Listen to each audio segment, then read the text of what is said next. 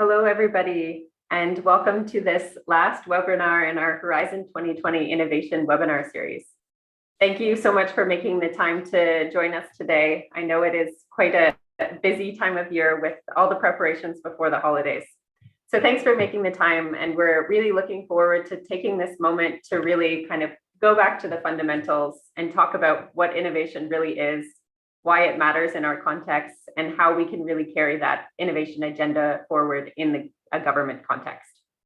So we're really excited today to have a great group of panelists on with us who are experienced with innovation in their own country governments and have many, many years of experience really spearheading this work. So thank you all for being with us and for making this time.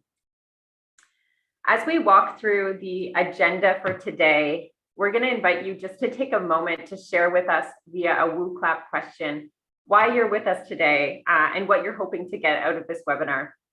Because ultimately, this is about you and sharing the information that will be useful to each of you in your own work in terms of how you can kind of work in the area of innovation and building your understanding of what innovation is and how it can be used strategically.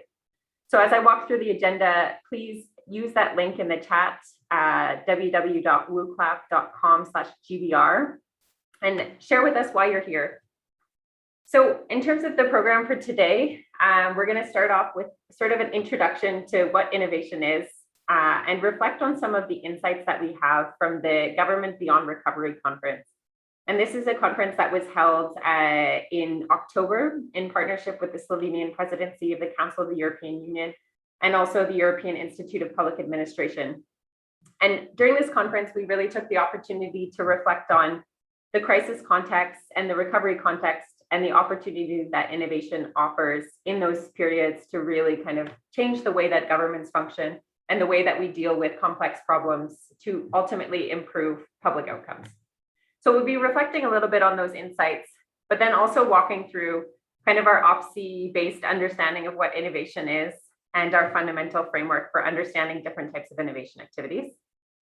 And then finally, and most importantly, we'll move into our panel with practitioners. And I encourage you to really, during this time, use the Q&A function to pick the minds of these practitioners who have a lot of work in the fields, who have done amazing, amazing things in their country context. And on that note, I'd like to introduce our panel today. So with us, we have Line Krogh Jeppesen, who is the Chief Consultant at the Danish National Center for Public Sector Innovation. We have Frederick, who is the Innovation Lab Manager at NIDO Public Sector Innovation Lab in the Belgian federal government.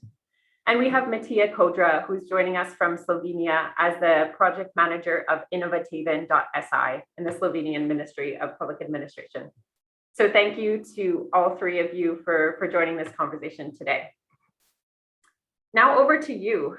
As participants, we want to hear what you're hoping to get out of this webinar. And I'm going to invite Luca now just to take a moment to share your responses via WooClap to see what you had to say about what you want to get out of this conference. So Luca, we're just waiting one moment for his screen to show up. It's loading for me. And still loading. The joys of technical challenges. I'll see if I can get it up on my own screen too. So I'm just seeing, I'm going to name some of the responses. So someone wrote that they're hoping to get clarity. That's amazing. Absolutely. We do want to kind of clarify what innovation means and what it can kind of, how it can help you in your own government context. And Luca, you might need to just refresh to get the answers showing.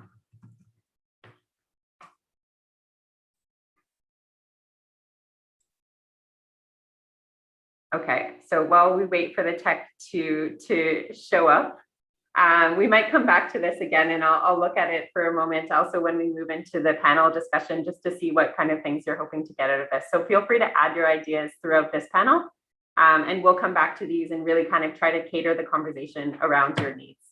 So Luca, I'm going to take over and jump back into my presentation now. Just one moment. Okay, so my first question to all of you is, are we ready for the future? And I think this is a really important question for governments. And it's a question that we need to constantly be asking ourselves. And one of the questions we asked during the Government Beyond Recovery conference was, compared to prior to the start of the pandemic, are you more or less confident in government's ability to face and address complex challenges? And as you can see here, we had really a wide range of responses. 11% said much less confident, 26% said somewhat less confident, 20% said neutral, 34% said somewhat more confident, and 7.7% said much more confident. So I think there's really a huge range of how people have perceived government's response to the pandemic, and also how they've perceived that in the context of how they're really kind of addressing complex challenges in the future, whether governments are really building on the lessons learned and taking action, or whether they're kind of just still in sort of a reactive approach to governance. But I want to raise a quote here that was said by Prime Minister Janez Janša at the Government Beyond Recovery conference. And he said, "If we talk about climate change, by far the biggest challenge is innovation. If we only deal with the consequences, we will never solve the problem." And I think the climate crisis is really one of our optimal examples of where we need to absolutely leverage innovation and innovative approaches to solving this complex challenge. And governments are not going to succeed by always reacting. It really needs to be a proactive, kind of multi-sectoral, multi-stakeholder approach to both innovation and addressing this challenge. So what really is innovation? If today is all about innovation, I think we come into this with very different understandings of innovation. And I can admit that when I first started in the government of Canada, I saw innovation as sort of this flashy thing of people with walls of sticky notes, with whiteboard markers. And it was always this kind of niche thing where, you know, maybe there were 3 people in a department that were the innovation people, and they worked sort of on their own. It wasn't a systemic thing. It just kind of was flashy and it looked cool. But I think that there's a lot more to innovation than that. And sometimes we just don't necessarily know what it means and how it can be used. So within the OPSI, we define innovation as something that is novel or new to the context, as something that needs to be implemented. So really it's about action, about implementing. It's not just an idea, it's actually doing something. And finally, it should have impact or shift public value. And this is also really, really crucial, is we need to understand it's not enough to really innovate. It's about how those innovations improve public outcomes or how they serve the public. So understanding the impact of innovation is really important. And it's true that sometimes innovation, once we implement an idea, it might lead to failure, but we need to learn from those failures. And if it is a success, we need to understand why is it a success and how can we kind of leverage these types of approaches in the future. So these are sort of the 3 pillars of what we understand innovation to be. And at the OPSI, we do a number of sort of fundamental things. One is to uncover emerging practice. So this is to look at just emerging global trends, to identify what's next, to turn the new into normal. So really to normalize the idea that innovation can be a strategic resource for governments, and it is in many, many countries. And then to provide trusted advice to individuals, but also to whole governments and public sector systems to guide them in terms of how they can bring the innovation agenda forward. So why innovate? I think in COVID, we've seen a very clear reason to innovate, but the question will be, how are we carrying this forward beyond an immediate crisis or immediate event that demands us to innovate? So one of the reasons is really to keep up to the pace of change. And we see that governments tend to be fairly path dependent. There's often slow moving machines, and it's hard to imagine a government that's really proactive. But innovation is one of those ways that we can be proactive rather than always reactive. And engaging with change, engaging with new technology, new opportunities, new approaches, and also the changing context that we're operating in. So context of uncertainty, of volatility, of ambiguity. This is where innovation comes to be a very, very critical resource. The second is on building trust between governments and citizens. And I think throughout the COVID crisis, we've seen this relationship between governments and citizens evolve quite immensely. We saw at times where that relationship was very strong, where people trusted government and they did as government said. And then there were other times where that relationship really weakened and trust in government was lost. And it meant that it made it difficult for governments to kind of evoke new policies and have citizens obey or follow them. But it's also about building a trusting relationship with government and citizens, regardless of the circumstances, and designing and delivering services that meet those citizen needs. The fourth, and this connects to the first point, is really exploring uncertainty. And I think with the COVID crisis, we were all caught a bit off guard. And innovation is one of those resources we can use to explore uncertainty and to really engage with possible futures and steer towards preferred futures. And finally, and ultimately, this is what it all comes down to, is governments are really meant to serve the people. And our role is ultimately to improve public services and to improve the lives of citizens. So innovation is about improving public value and public outcomes. So here I want to raise again a poll question from the conference. And we asked, during the COVID-19 recovery phase, what do you think are the key challenges for delivering better public services? And the number one challenge was a lack of vision and leadership to move on from old ways. And this is something that I'm really hoping our panelists can dive into a little bit today, is what have you done to kind of engage with this challenge? And how are you really pushing politicians and leadership to carry this agenda forward? And the second goes back to that trust and inclusion point, which is reaching groups that feel forgotten or left behind. And this is about really building the relationship with citizens and governments through innovative methods.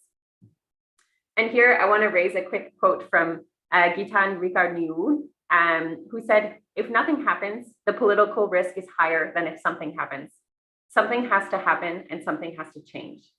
And this is the challenge that I think a lot of us work with, is that we know that things need to change, but the cost of that change is sometimes difficult to justify because the results aren't immediate.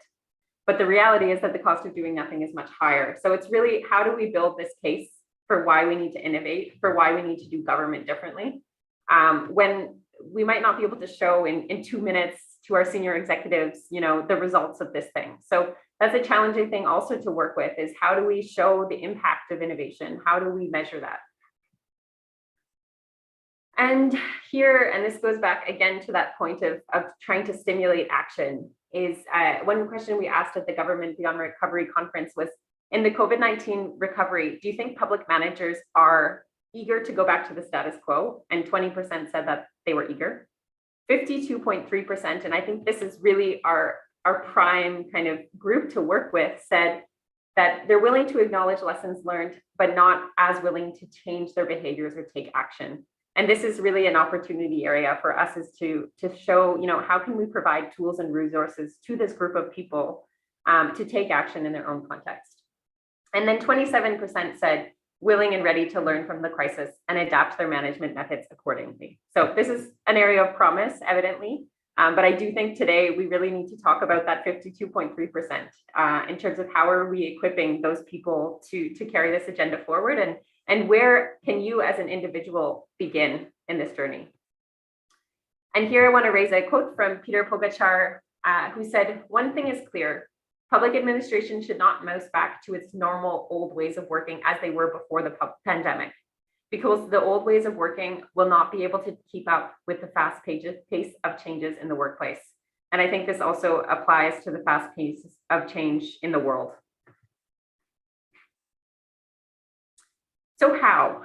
This is the ultimate question. And for some of you, you may have heard of our kind of innovation facets theory before, but this is really one of the fundamental frameworks we work with for understanding innovation activities, and also understanding how governments can support innovation beyond sort of that sticky notes approach, where it's a fun idea that might be interesting, but really looking at innovation as a systemic resource for governments. And here's a quote from Julio from UNDP, who said, "Traditional policy-making tools were designed for a world of predictability. When we introduce portfolios, it creates space for complexity." So this framework is really meant to understand how we can use innovation in different contexts, and also the different types of innovation activities that we can support and sustain to build kind of the overall government's capacity for innovation. So the first type of innovation here is enhancement-oriented innovation. And this innovation is characterized by quick wins and doing things better. And I think many of you could probably identify enhancement-oriented innovations in your own contexts. For instance, in the Canadian government, we had a shift to using e-signatures, to digital procedures in place of paper procedures. So things that are rather incremental and they're easy to showcase results. But enhancement-oriented innovation can be more than just sort of one small victory. It can also be kind of a systemic improvement of a service. And here I want to raise the example from Estonia. So in Estonia, they created a system which is basically a proactive family benefit system. That is to say, when a baby is born, the system knows that the baby is born. And government has the opportunity to actually show what services are available to that family. So rather than having people come to the government to say, you know, I want to get this and this service, do I qualify? Let me apply. Instead, the system says, you qualify for this and this and this service. Do you want to consent to receive that service? So it's really a proactive system that's meant to reduce the burden on those that are the recipients of the service, and to proactively show them what's available to them. So this is an example of enhancement-oriented innovation. Adaptive innovation is something that we saw a lot in the COVID crisis. This can be as simple as our decision to, or our kind of forced change to telework, or it can be something like adapting communication strategies based on the fact that now people are dependent on social media much more, they're less dependent on print publications. So that kind of thing is considered adaptive innovation. But adaptive innovation can go much beyond those simple adjustments based on necessity. It can also be supported by a government approach or governance approach that takes into account constantly changing circumstances. And here I want to showcase an example from Japan. So in Japan, you can see on the left diagram, in the governance context, you're dealing with a lot of uncertainty, you're dealing with complex challenges, and you're dealing with the implications that those have on things like privacy, on security, on fairness, on democracy, and on environment. And adaptive innovation allows you to really adapt the services that you deliver and your policies based on those changing circumstances.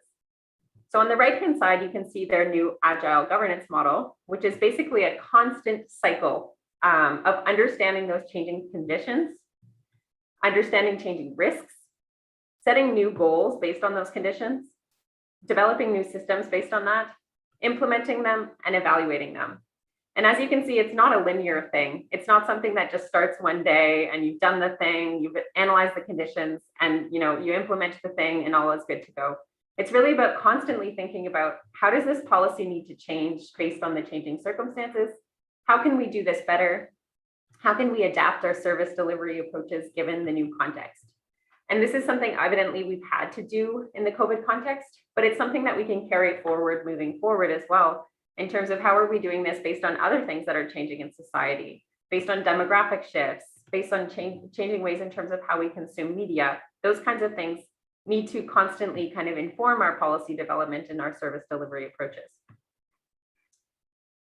Next, we have mission-oriented innovation. And this is something that, at least in the European context, I think many of us have been hearing more and more about in recent years. And you can see on the left-hand side here, we have a diagram of the mission areas that have been defined by the European Commission. And a lot of these center around climate change, because mission-oriented innovation is a really strong approach to addressing difficult, complex climate targets.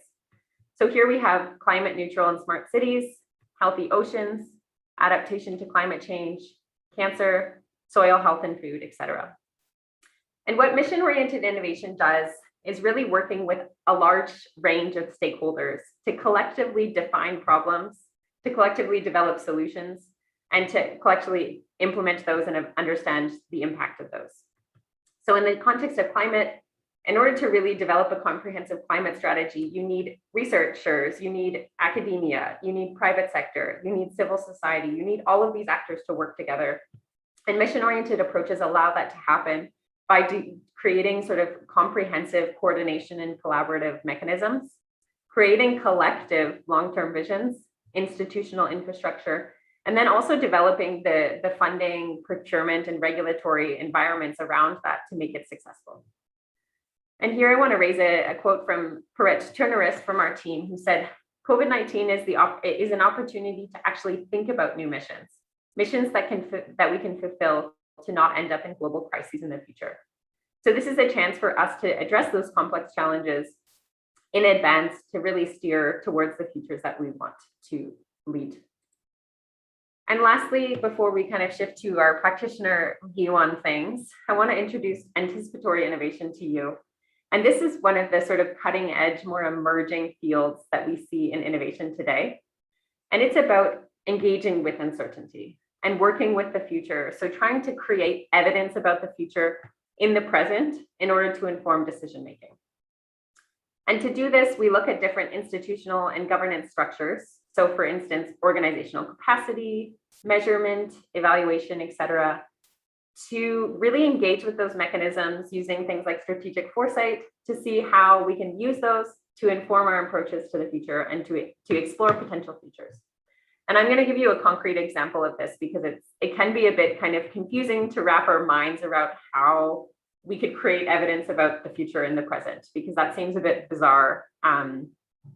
So a recent report that we did with the government of Slovenia involved a very comprehensive strategic foresight exercise where we actually imagined different worlds and then imagined what sort of things we would need to adapt in the public service based on those worlds. And the focus was around the public sector of the future, on aging and talent management in the public sector. So these 4 worlds were firstly a world where the elite is very highly mobile, so they can get jobs wherever they want, where people are working longer lives. The second world was a more localized world with more emphasis on human touch, on human interaction.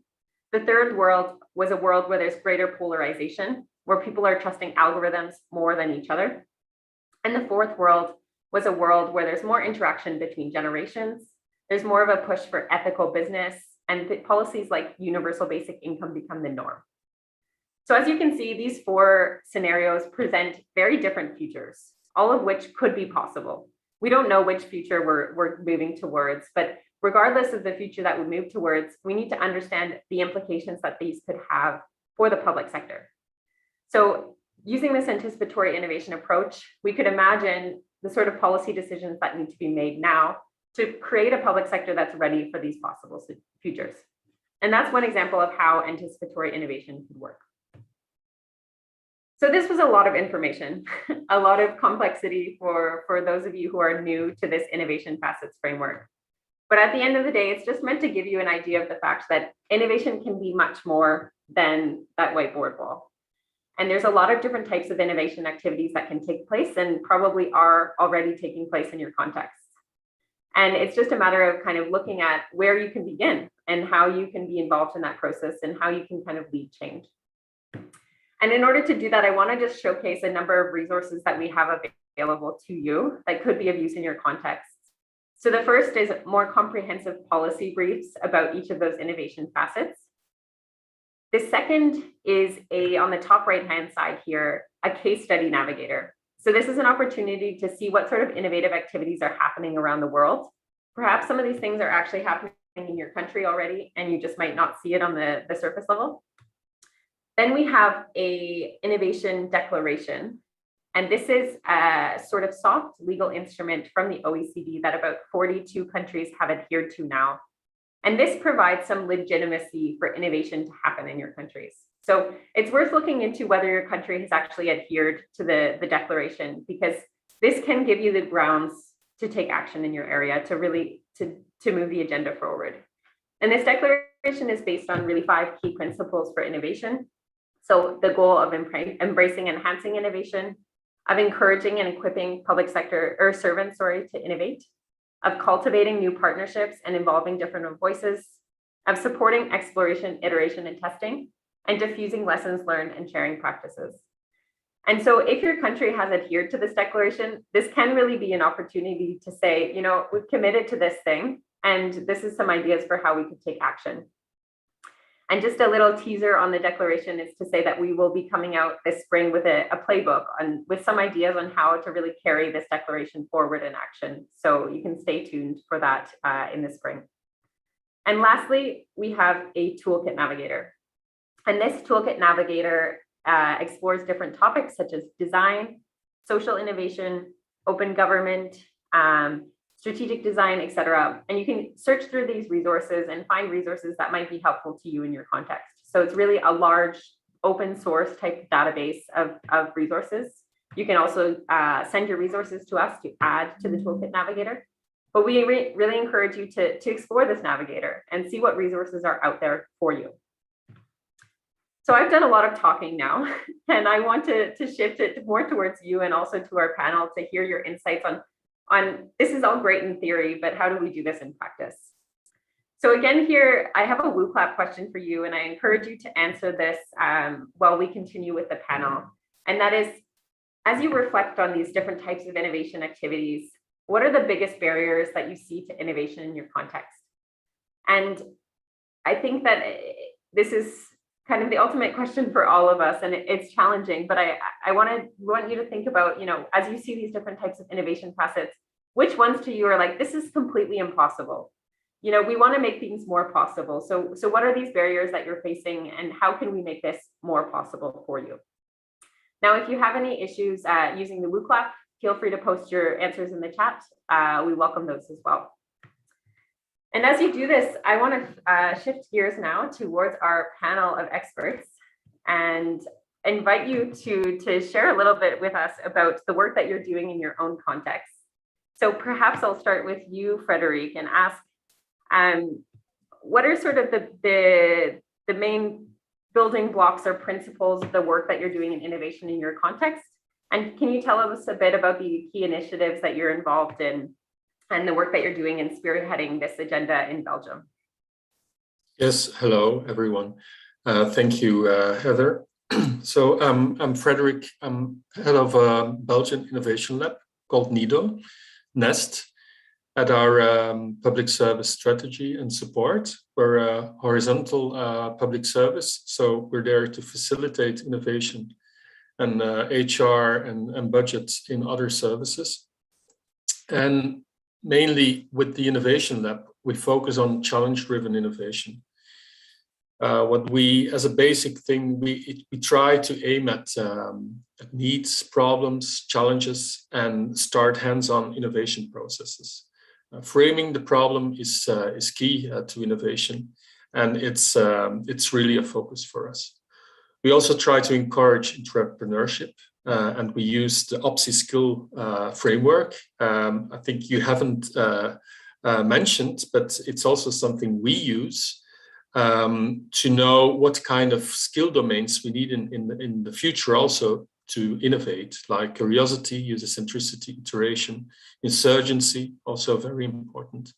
We focus on platforms, networks, and we advise to support public services. So we mainly take the facilitator role, but also the matchmaker role, knowledge broker, and sometimes we need to take also the actor role. Concretely, we host a platform called GovBytes Innovation, a marketplace to make experimentation within the public sector happen.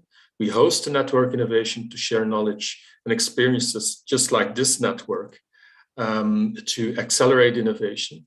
And also as a national point of contact for Belgium, this is actually a very important tool. And we also organize an innovation award to spotlight inspirational initiatives, to capture new challenges, to foster cross-government collaboration on innovation, and to strengthen our network of innovators. Super, thanks, Frederick. I think you raised a really important part about the network element and how we're building community around this. So it's less of a kind of lonely innovation sphere, but it's an actual collective activity that we're doing and an area where we can share lessons learned constantly. So thank you so much for that. Line, shifting over to you, can you tell us a little bit about the work that you're doing in Denmark and also what some of your sort of basic building blocks have been for innovation in your context? Absolutely. I'm gonna go about it a little bit differently because I'm gonna start with bikes, basically. Because here in Copenhagen, where I live, we actually have more bikes than people. And also in all of Denmark, there are more pigs than people as well. Big agriculture community here as well. But anyhow, 44% of commutes to work and school in Copenhagen are actually done by bike. And the city center is regulated to prioritize pedestrians and not cars. And visitors, they often marvel at this and express dreams of being able to copy this to their home city. And then I often tell these dreamers that the Copenhagen journey started 60 years ago, because it was in 1962 that the politicians chose to change the main streets in the city center to a pedestrian street.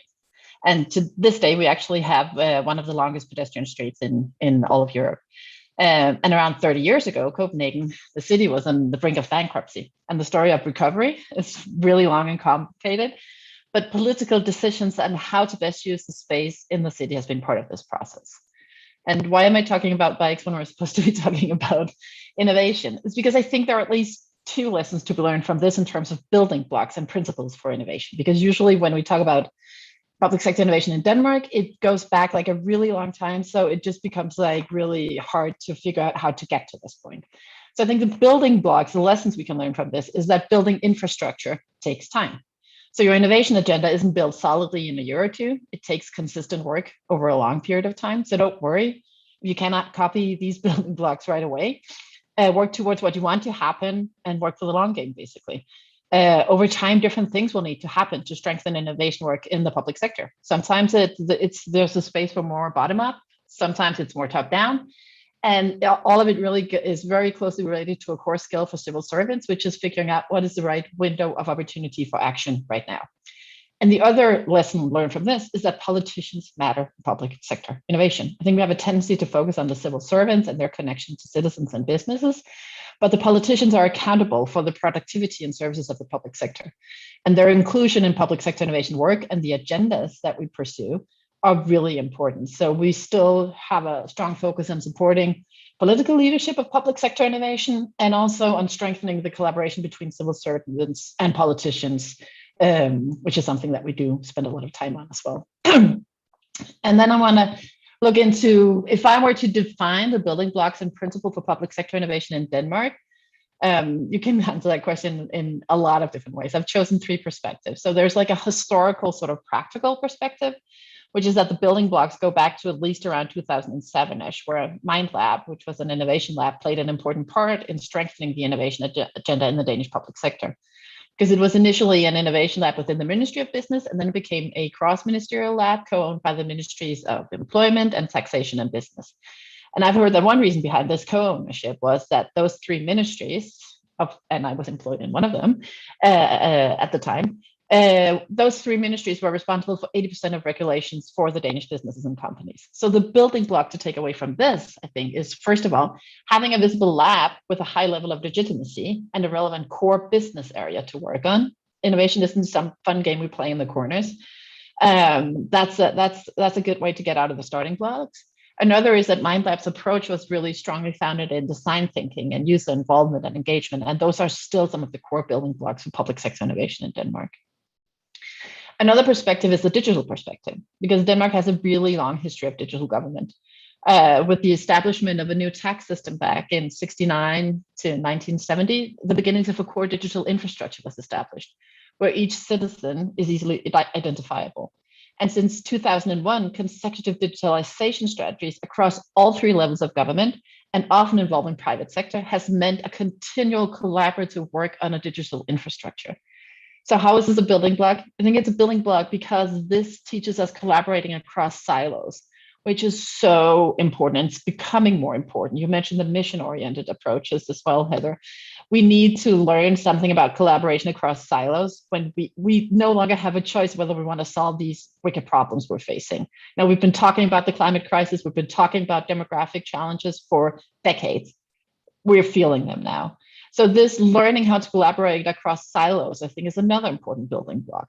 And then a side note is that it's been very useful for us in handling this COVID crisis. Basically, that's one of the reasons why we've come out of this somewhat okay. And just one theoretical perspective, and there's a lot of different theoretical perspectives you can choose to include here, but there's a Danish researcher named Maslid Jacobsen, and he's written an article where he explores whether bureaucracy actually aids or hinders public sector innovation. Spoiler alert, bureaucracy can actually help us do public sector innovation. He doesn't call it a building block as such, but he points to decentral autonomy as an important factor in public sector innovation. So if you can't work with the entire system, then find the little holes where you have decentral autonomy, because it means you can innovate and improve on things that don't require massive funding or are so massive that they need big political decisions. This is a good place to start. it's a really good building block for public sector innovation. And that decentral autonomy is quite common in a lot of the Danish workplaces. I've chosen this sort of longer looking back perspective because I think it matters when you're in a starting position. And some of the European countries have worked with public sector innovation for a long time, and that's why we are where we are now. So just figure out where to start and get started with it, basically. I'm going to quickly finally jump to the current point in time and my perspective from the National Center for Public Sector Innovation. I want to just note that we're funded by both municipal, regional, and state levels. So we are really supporting innovation across all levels of government, which I think is a little bit of a unique construct, basically. So if I were to defer our innovation principles, I think the most important is that we see innovation not as a goal, but as a means to a goal. So we work towards the public sector becoming more efficient and delivering services and products of a higher quality through innovation. And we do this in collaboration with many actors in the public and private sector. And we work on qualifying the innovation capacity across these Danish public sector workplaces so they can become the strong collaborative partner for private companies, for citizens, for everybody else around public sector innovation. We support systematic spreading of public sector innovation. We work on strengthening the structural frameworks as well and competencies so we can have these overall impact of innovation efforts. And also, which I think is very important, we provide decision makers at all levels with easy access to knowledge in public sector innovation in Denmark and internationally. So I think this also, to a certain degree, that's a lot of principles, but I think a lot of it boils down to what we can do as a national center is to legitimize innovation as one approach, one way of working and ensuring solid solutions and services from the Danish public sector. Thanks so much, Nina. I really appreciate the point that you said about innovation being a means to a goal or sort of a means to an end. And I think we often imagine innovation to be the goal in and of itself, but really that's not the case. The idea is that we're using innovation to achieve better outcomes and to improve citizens and services to citizens, right? And actually, on the point of that article that you mentioned, if you don't mind just sharing that in the chat, that would be great with us, because I can say I myself had not had a chance to read that. So that sounds very interesting to read. So shifting gears now to Slovenia, I want to open it up to you, Matija, as somebody who's been quite involved in innovation activities in the recent months, especially in hosting the conference last month, but also in your involvement in this Anticipatory Innovation Project. Can you tell us a little bit about the work that you're doing on the ground in Slovenia, and for you, what some of those key building blocks have been? Heather, thank you for the invitation, and also good afternoon from my side to all of you. I'm very grateful for the invitation on this great event and also for the opportunity to share our national experience. So first of all, few things it is good to know about our project, which is called innovative.si.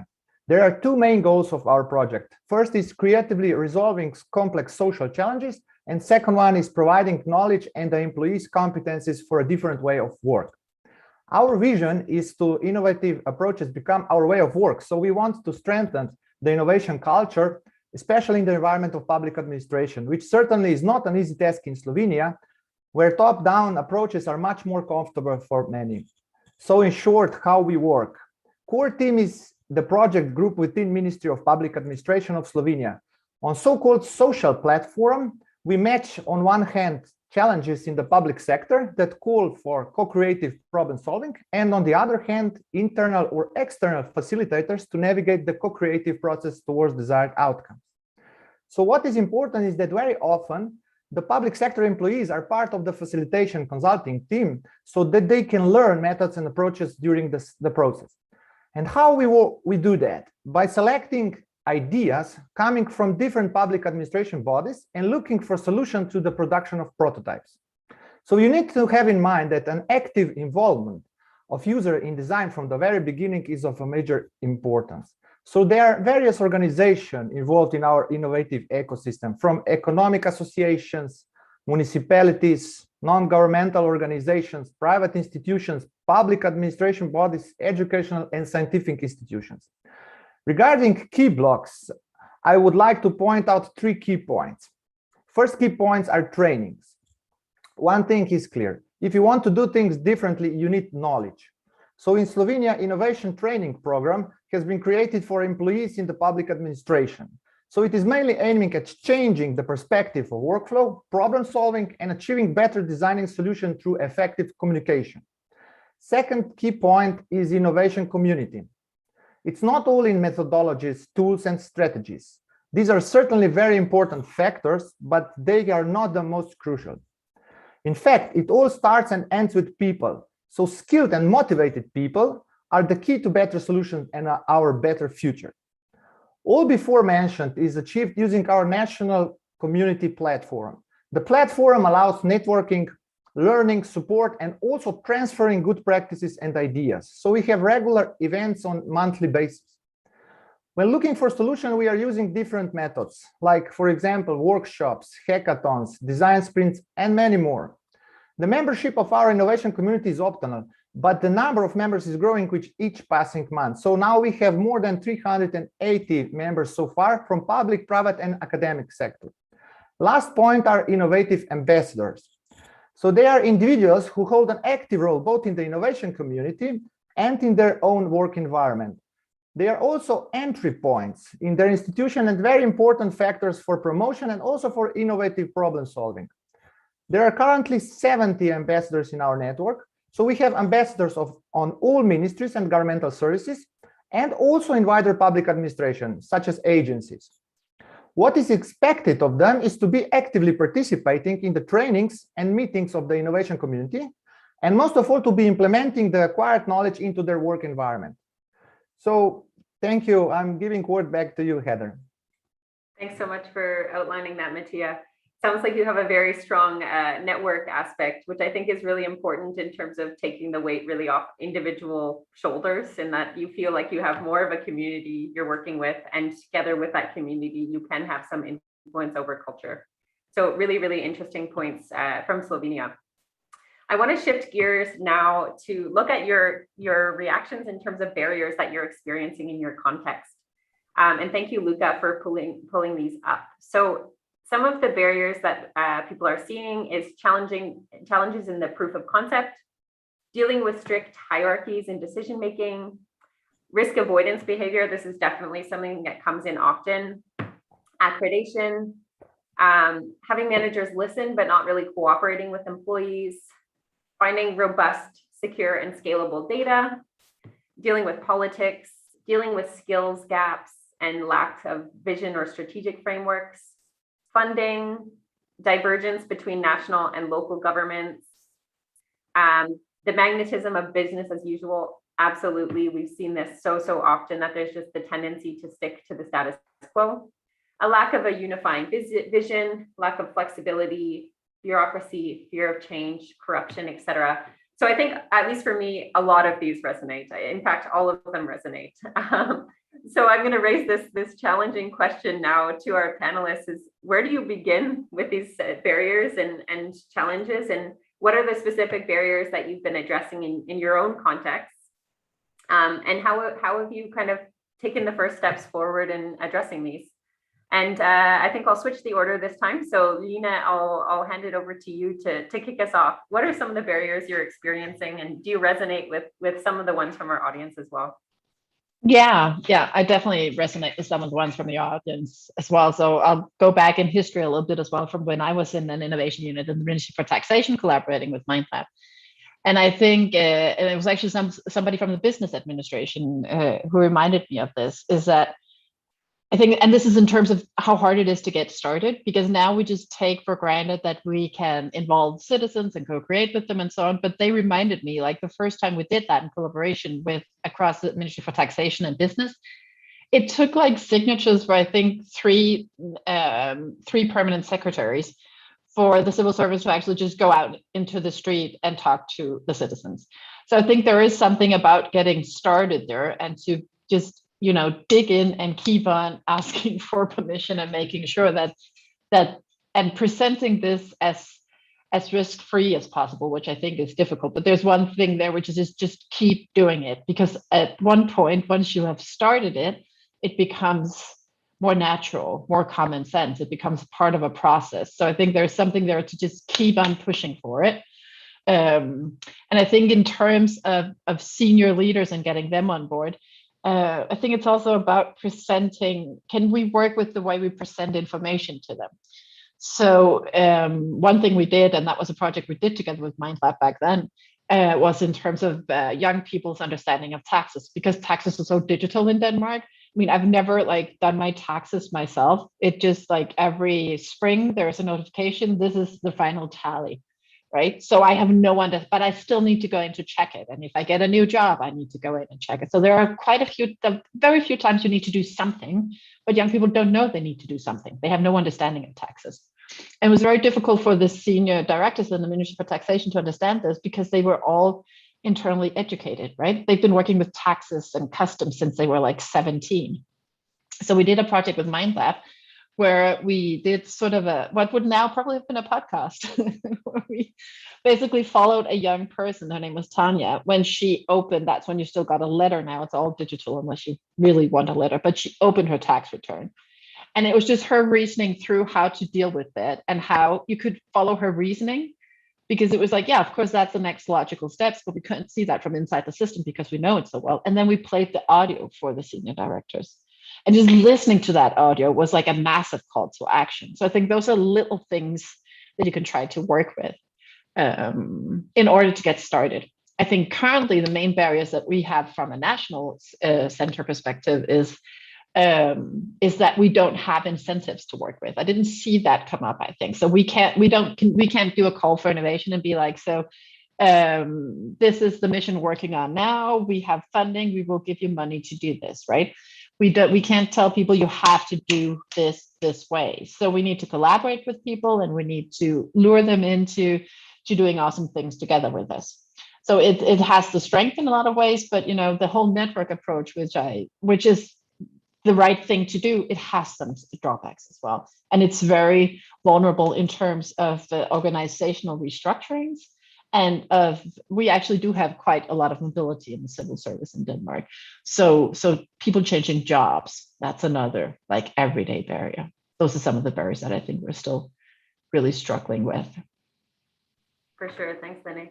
I definitely experienced that in the Canadian government, that there's a lot of kind of mobility in the public service, which is great as a public servant, that you have a lot of potential, but it also makes it difficult when you're trying to invest in a network or invest in a certain agenda. But I really liked your points that it can start with smaller things, like for instance, that tax thing. Of course, I have no idea every year how to fill in my tax return.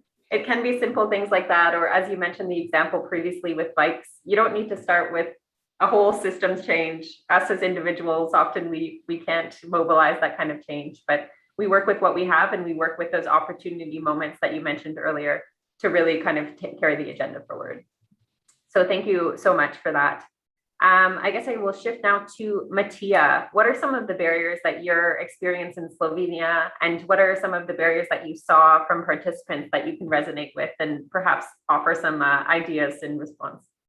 Yes, Heather, thank you for the question. There are two preconditions which are very important for the introduction of the innovative processes and methods. First, you have to have time to do things differently, and second, you need a safe environment. So it is vital that there is established an experimental space in order to introduce better mechanisms and multi-level cooperation as part of an institutional learning process where mistakes are allowed. This is very important. So maybe I would point out 5 common barriers. According to our experience, the biggest barrier is the mindset. As I already mentioned, it is very important that if you want to do things differently, you need knowledge and you have to be open. Let's say for the new ideas, views, opinions, solutions. Without acceptance of a culture of openness, there can't be any progress. Second is lack of knowledge, skills, and tools. We notice lack of so-called social innovation skills at all levels. Skills such as collaboration, inclusion, co-creation, innovation, creativity, system thinking. There is also lack of primary skills like listening and thinking. So often we tend to look for a solution too quickly instead of thinking about the problem itself. So finding solution can only be successful of focusing on a problem that is in the first phase needs to be well designed. In practice, often challenges are still being addressed in the same way as 20 years ago, even though the environment more than ever requires a systemic view and a holistic solution to problems, not just symptoms. So problems have no institutional barriers anymore, and the key to success can be so-called challenge-based system approach, where innovation and co-creation play a major role. Third barrier are hierarchical approaches. So this kind of approaches makes it very difficult to use all the potentials and knowledge of employees. And the answer to this obstacle are self-organized teams or so-called progressive organizations. Preconditions for realization of all mentioned is high level of transparency and of course trust. So fourth barrier is lack of financial and political support. In practice, our leaders usually want quick results, but they cannot be achieved without the right support in terms of knowledge and competences, so especially not in the long run. So the last fifth barrier is fear of losing control and fear of undesired results. So in practice, when we are introducing new ways of working in different institutions, especially with senior public servants, we often see fear to be seen as incompetent when they are invited to tackle their issues in a different, innovative way. So to overcome this obstacle, it is important to promote the exchange and accessibility of acquired knowledge and experience in the field of new methods and processes through systemic learning, as I said, both from examples of good and also bad practices. So I think these 5 barriers are, let's say, resonating with all the participants. Thank you. For sure. I think every one of those barriers you raised was raised in the WU clap as well. So I think many of us are facing the same challenges. And it's for that reason that having these conversations is really valuable, I think, to get different country perspectives on these issues. Before we jump over to Frederick, I just want to raise the fact that you can ask also questions using the Q&A function on this webinar. And we really encourage you to take this opportunity to ask our practitioners what their experiences have been in certain areas, or if they have ideas in terms of key challenges that you're facing. So please feel free to add your questions in the Q&A. We will jump back to those near the end of this panel, but we want to hear from you throughout this. So Frederick, over to you. What are your experiences in Belgium? What are some of the barriers that you're facing? And can you also resonate with a lot of the ones shared by participants? Very much indeed.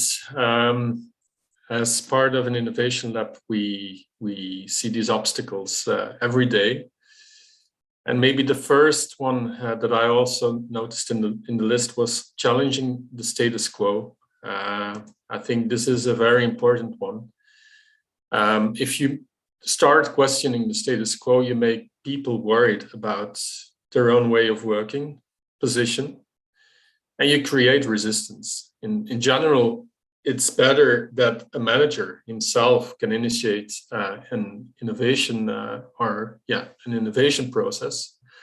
But sometimes for creating new tools, new platforms, new ways of doing, you also have to take the actor role.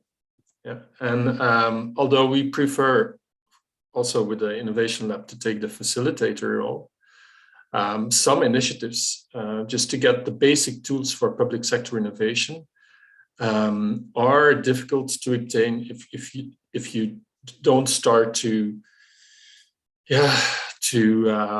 work on difficult issues. So, for example, what we have noticed and was a very important thing in Belgium is, if you want to experiment or if you want to do things with innovation, somehow there is the obstacle of procurement. And every civil servant, when the person knows that have to write a tender, is blocked by all these rules that are, from my point of view, a lot internally formulated. And so if we want to overcome some difficulties, and if we want to make innovation a success, we have to start doing projects in a different way. So this creates, as I said, resistance. So challenging the status quo. I remember a colleague of mine he's working at the Marine Service. He is also a kind of innovation manager within his service. He says, every initiative I try to make, I'm on someone's domain. And so that's a very difficult one. So my advice to you is all, try to work together with people who are open-minded, and try to make a coalition of the willing, to have an open mindset and to try to do new things. And another thing is also, I think, the support of the management. I think it's a work in progress, to give autonomy and entrepreneurship to civil servants on one hand, but still having the feeling that they are controlling and they know what direction they are steering. So that's also a very, I think, important obstacle. So my advice there is try to have access to members of the management board, formally, informally, try to create trust. But also people, don't work with people who are against innovation, but listen to their arguments and talk to all the important stakeholders. So you get their points of view and you can tackle their arguments. Great point. Thanks, Frederick. I think a lot of this is about that relationship building and building a relationship of trust before you try to really push forward a rather aggressive agenda, or an agenda that might go against what people kind of expect to be normal. So really, again, I think that comes back to a lot of that network aspect and that human dimension of all of this, is that we have to work with the people. And it's not only kind of a coalition of the willing that tends to be more bottom up, but also engaging directly with those middle or senior level management to get them on board with this. So now handing over to Mattia, I want to go back to this element of kind of proactive versus reactive government. And I think we did talk a bit about the innovation portfolios, but I wanted to ask, what's been your experience in Slovenia in terms of stewarding a diversity of innovation activities? So not just focusing on this enhancement element, but also looking more at that kind of future-oriented innovation approaches, at supporting more kind of systemic approaches to adaptive innovation, those kinds of things. So how are you working with the diversity of innovation, and what have been some of the steps that you're taking in Slovenia? Yeah, Heather, thank you. With our project innovate.si, we began systemically introducing an innovation culture into our public administration. So funds for the start of the project were obtained through the European Social Fund. So we were able to realize 2 project jobs, and at the same time provided 2 additional jobs with redeployments within the ministry. The establishment of a core team within the Ministry of Public Administration and start of the informal cooperation between the ministry and the MCHEM Slovenia gave the first beginnings of an innovation community. So under the program Partnership for Change, for which we also received the award from the United Nations in 2017, we have together created a story of cooperation that has been producing good and above all lasting solutions. So it has become our national cooperation platform and changed the mindset by promoting cooperation and social innovation. Within this space, employees in public administration and in private sector move borders together. This is how stereotypes are destroyed, positive stories are created, and cooperation between public administration and the economy is proven to work. So maybe to diverse our, let's say, portfolio, we are aware that for the true innovation ecosystem, you really need a wide range of involved stakeholders, as I already mentioned, from end users to policymakers. So our core tasks are from the start focused on developing and spreading innovation community and network of innovation ambassadors. What is also very important is that whenever we are preparing a set of solutions and services for our users, like trainings, workshops, problem solving, we start from the assumption that we are treated as we were on the free market.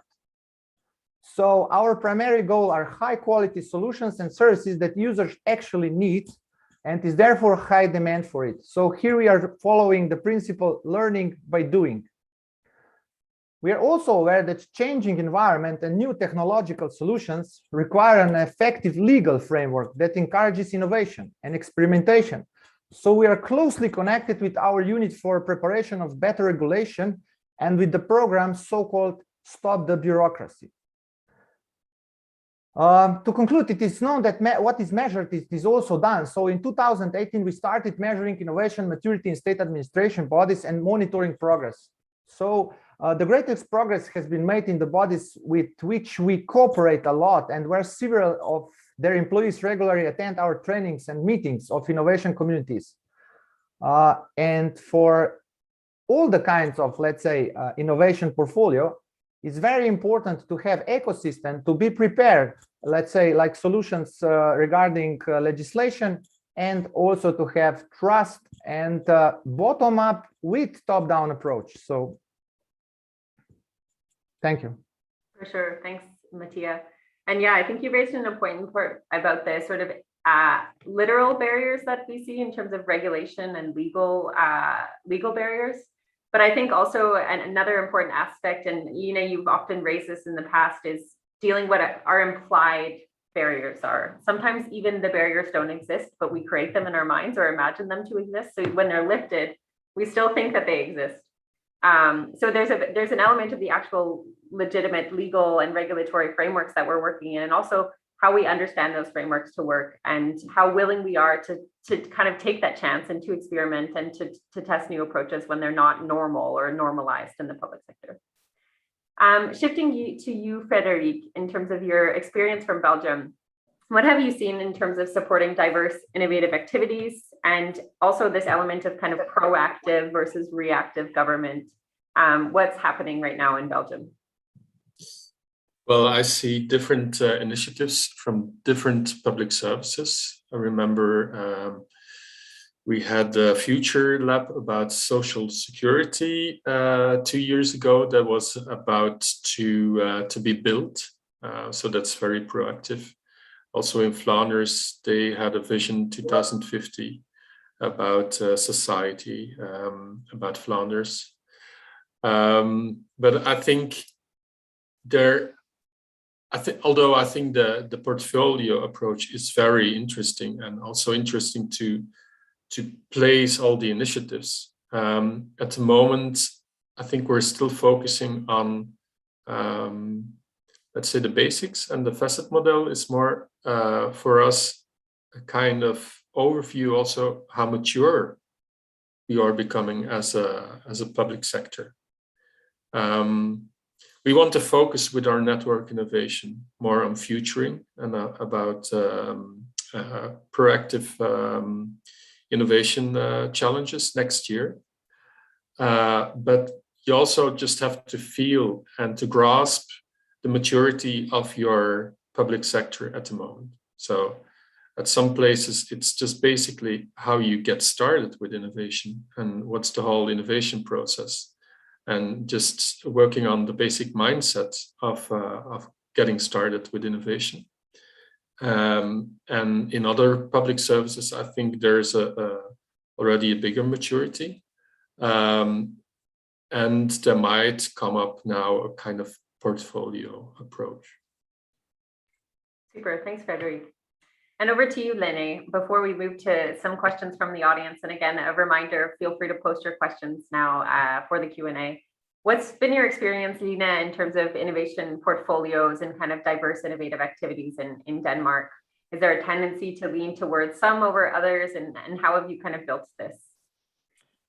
I think, as you documented in the country scan you did in the spring, there is a tendency to lean towards more enhancement-oriented approaches, and I think it goes to which I think is I talked about the decentral autonomy, basically, and some of the basic building blocks we have, which means that there is really, innovation is heavily embedded in, and I hate the use of the front lines in the public sector because it sounds like we're at war, but I don't know how else to do it. But in the everyday practice where there's civil servants that are close to the citizens and businesses, it's quite heavily embedded. Our innovation barometer shows that 8 out of 10 public sector workplaces have implemented an innovation within the last 2 years. And 9 out of 10 of those are related to sort of the core functions, the core tasks of the public sector.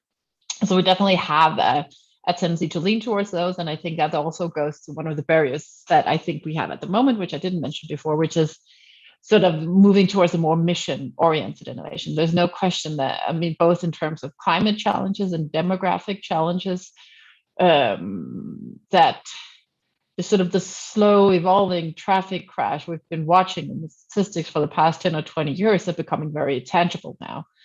And no municipality, no region, no public sector. I mean, there's so many actors who need to be involved in solving these issues, and moving into that gear, I think, is challenging for us if you want to see it from a facets perspective.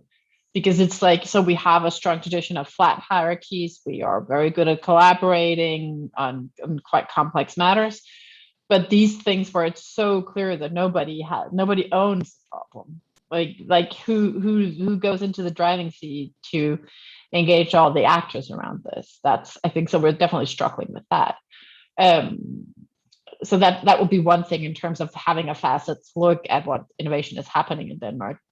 I think another point as well is in terms of how reactive or proactive you can be and how to encourage innovative ways of working and innovative results when you need them. I think I'd say to sort of encourage a problem-oriented approach is important. Like what challenges, what are the problems that we actually need to solve at the moment? And I think that works really well with politicians, especially, also with many senior managers. Like if I come to them, and at least in Denmark, and be like, so anticipatory innovation, let's do some future foresight. And I'm framing this a little bit sharply now and be like, what problems do we have in the future? And they're like, I have 26 open positions. The at-home service for elders is at the point of a collapse.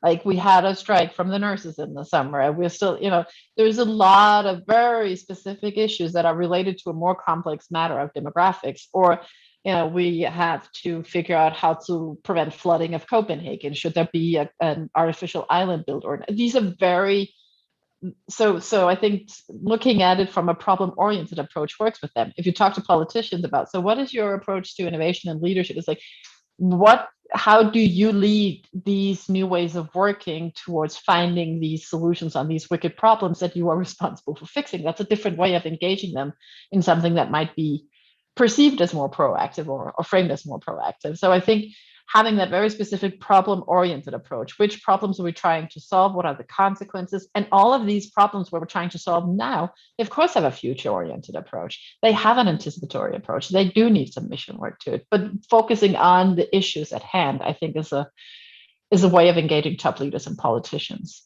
in the need for innovation, and not just talk about innovation as something they need to do and lead, but like, this is one way of fixing all of these issues that is very visible in the press, in the media, amongst the voters that you need to solve.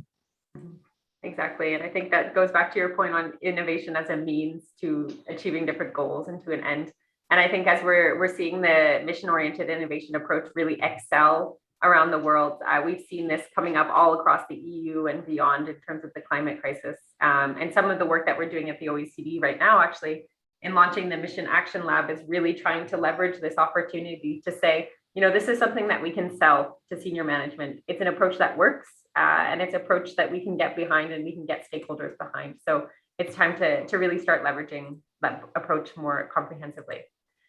I want to now raise a question that came from the audience, which is, how can you actually engage middle and senior level management in this work? And I think, Lenny, you just raised some examples, but I'm going to flip this over to Frederick, perhaps, to jump in again on some of the tactics that you've used in engaging those officials to lead this agenda. Yeah, well, I was just replying on it by text. So what I think is just try to talk, try to listen, and try to read their management plans and try to connect with their objectives. And if you find a way how you can help them to get the results and maybe suggest another way of doing, you might meet some managers who are open to a new approach because they want to take the image of the innovative manager, or some just notice that the way they're doing actually at the moment is just not a very intelligent way, or just a way that doesn't create the results that are that they wish to have. So it's this, I think, just try to get an insight of what is important for them and try to make a connection with what you are offering with your innovation initiative. For sure. Thanks, Frederick. And Mattia, any experiences from Slovenia and really engaging senior management and middle management on this? Yes, I completely agree with Frederick. It's very important that we match the goals and to include the, let's say, relevant stakeholders, which has, let's say, a lot of knowledge and a lot of, let's say, experiences. So what is going on, what is the problem, how to solve it.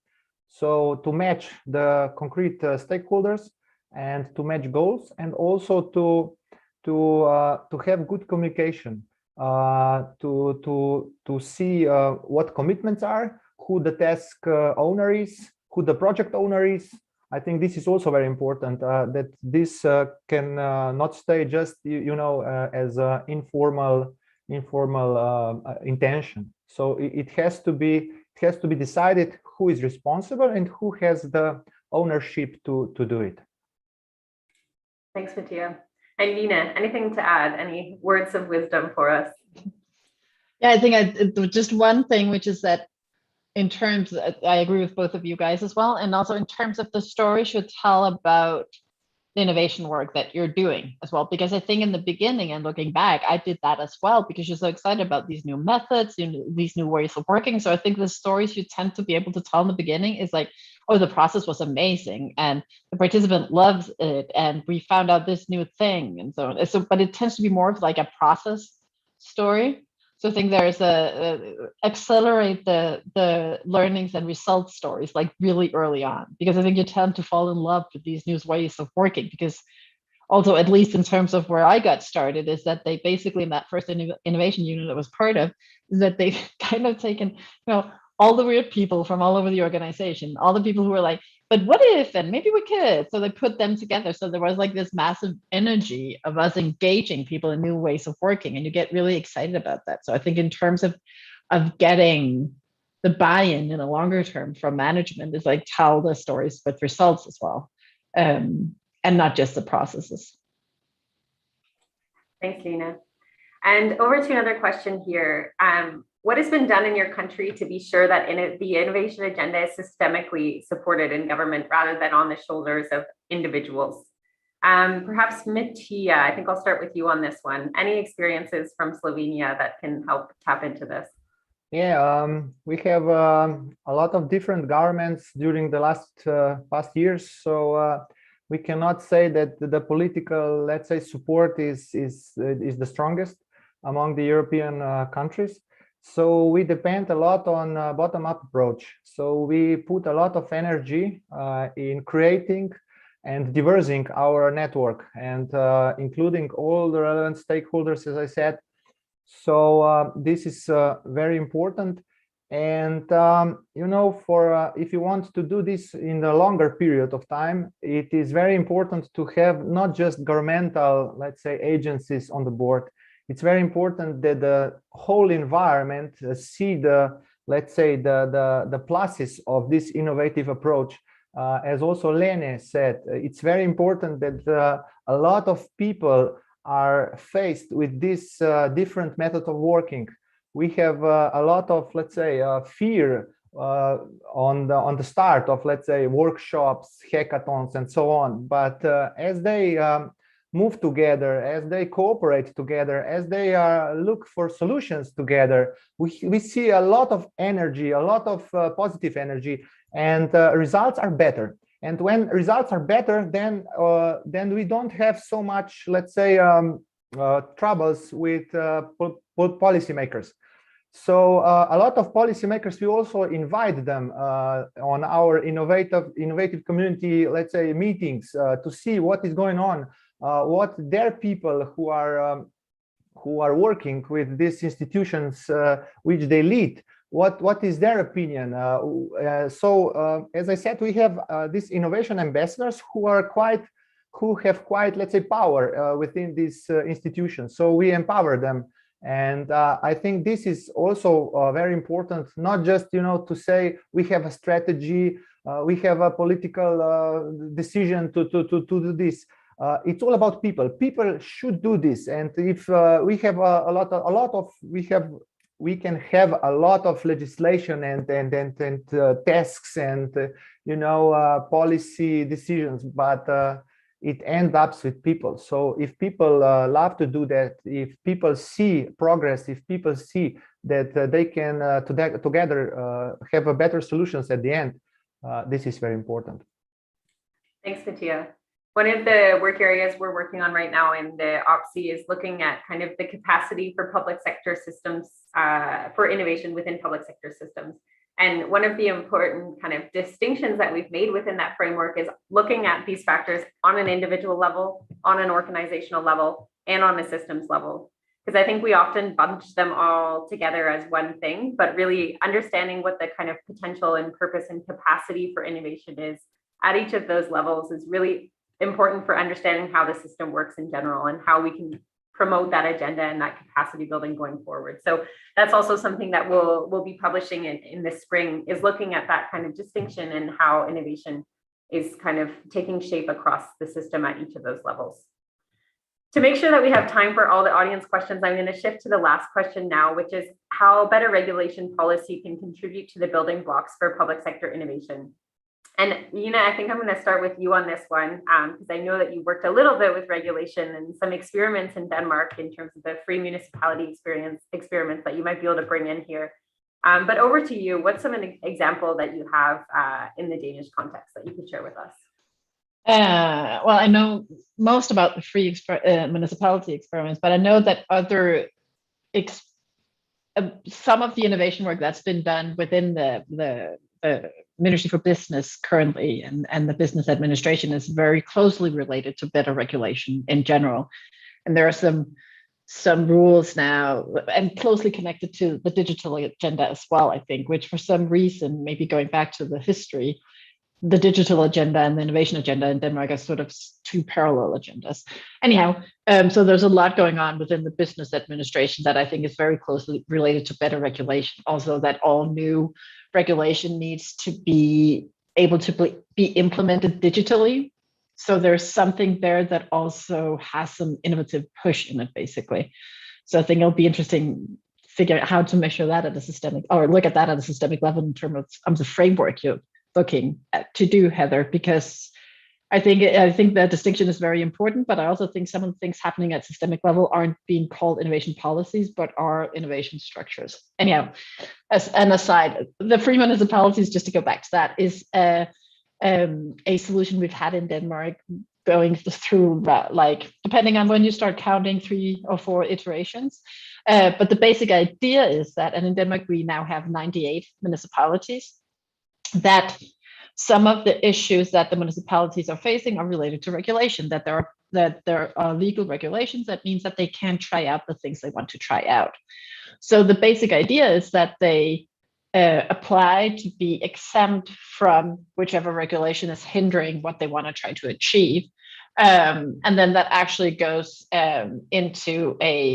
goes through Parliament. So Parliament decides, yes, these X number of municipalities, they are exempt from this regulation. They can do this experiment. Then we can figure out, is this a good new way of working? If it is, then we can make this exemption for all the municipalities. So it is a structural framework for experimentation. And I think it has, I'm trying to figure out which direction to take this, because there are a lot of lessons to be learned from this. But I think in terms of, does it matter in terms of innovation? Yes, it does. Could we harvest even more innovation from it? Yes, absolutely. There's a new article on this. I will share that with you afterwards, Heather. What I think is missing from this is that the sole focus has been on, are there any results from the specific regulations they're exempt from? But what we can see is that having the exemption from the specific regulations increases sort of the room for experimentation. It's okay to experiment. It's okay to try things out. So there's a lot of results coming out of this that are not necessarily measured because it's not specifically related to a specific regulation, but it's coming out of all of the related activities, basically. So yeah, I think working with regulation, working with these exemptions has a massive cultural impact as well. that we are not measuring enough, basically. And why does it matter to measure? Because then we get the results and we can tell the stories and all these things happen. We got one of the cases we got for our innovation awards this spring was actually from one of these 3 municipalities from the last round. And it was about, it was basically the solution they sent in. All the 97 other municipalities could do that as well. They didn't need the exemption from the regulation to do this specific solution. So this was sort of it followed from the general exemption to some of these regulations. So absolutely, regulations is very important to look at. You mentioned it as well, Frederick, that some of these regulations, which think that they actually impede us, some of them actually do impede us, but this just gives a mandate to try something else. In the latest version, and this is my final point on the 3 municipalities this time around, the latest version, they have designated seven municipalities have been given a mandate within one area. So 2 municipalities are working with experiments in terms of schools, 2 in terms of daycare, and 3 in terms of care for the elderly. So this time around, they've tried to not make it bureaucratically heavy, because that was one of the problems with the last round, but just say, okay, so we are going to try to clear all the regulations at national and municipal level for you in terms of schools, for example. Go ahead and experiment. And all we want is for you to do better than what we're doing in the other 96 municipalities. And this is very interesting to follow as well. But I can hear them have the conversations. A lot of the things we're trying out now, we could have done, even though we didn't get this exemption from these regulations. But now there's like this mission, this mandate, this, hey, everybody's looking at us. We need to do this. We need to try this out. There is an expectation, and we get to do this. There's no questions asked. The expectations are really high at political level, from our neighboring municipalities, from our communities. We need to make this work. So yeah, regulations directly and indirectly can absolutely matter in terms of increased results from innovation. For sure. Thanks so much, Lina. I know we are getting close to the hour, and I want to respect everyone's schedules in this time of back-to-back online meetings. So I'm going to end with one quick question, and please try to keep your answers punchy here, starting with Frederick. What's sort of one kind of key piece of advice that you can offer those attending today in terms of championing this agenda moving forward? What's sort of one thing that you can offer to them?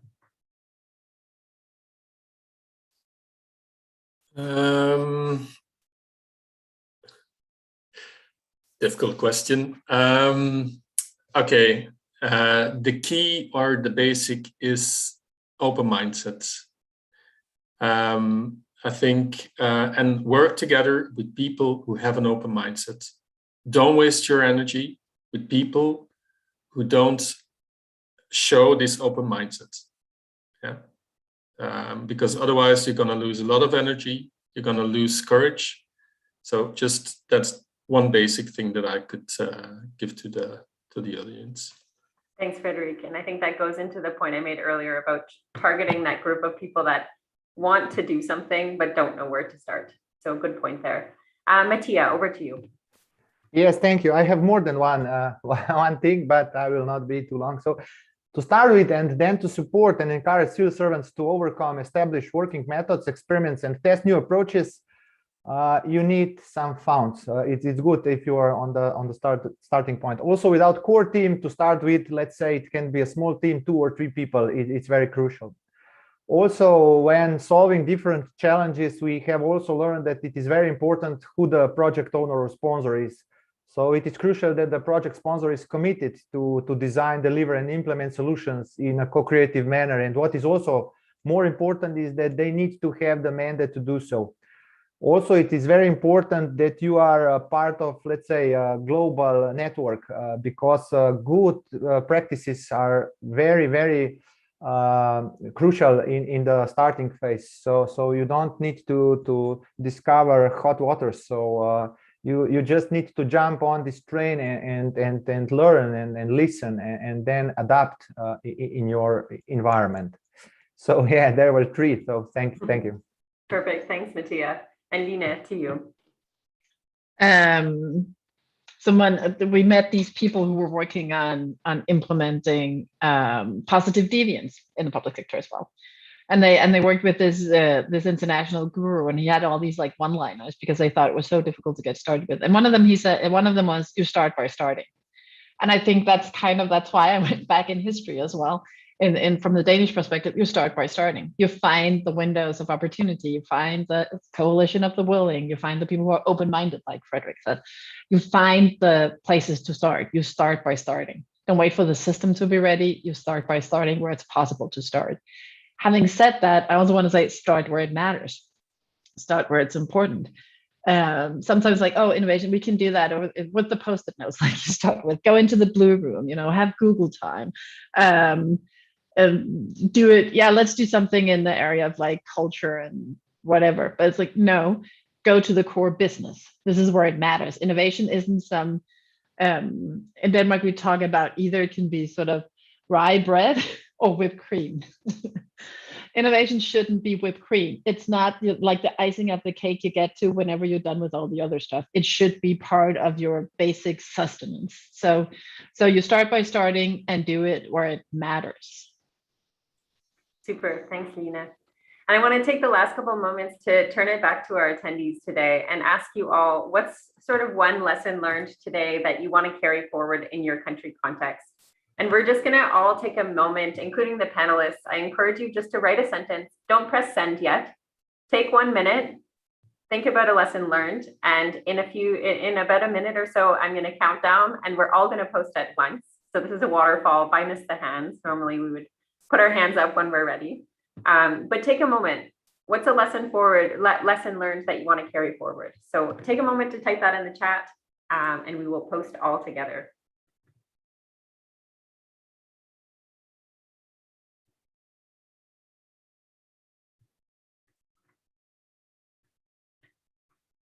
So 30 more seconds.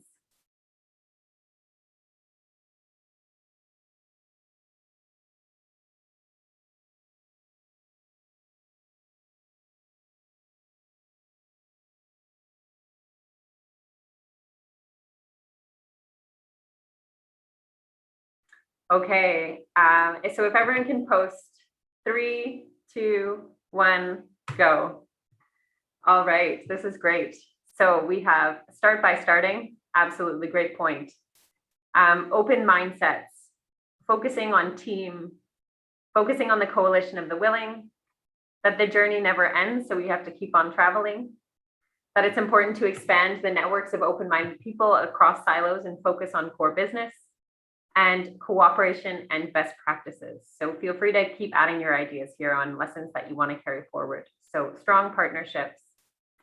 And in the meantime, I want to thank you all for taking this hour and a half out of your busy schedules at this kind of wild time of year for many of us.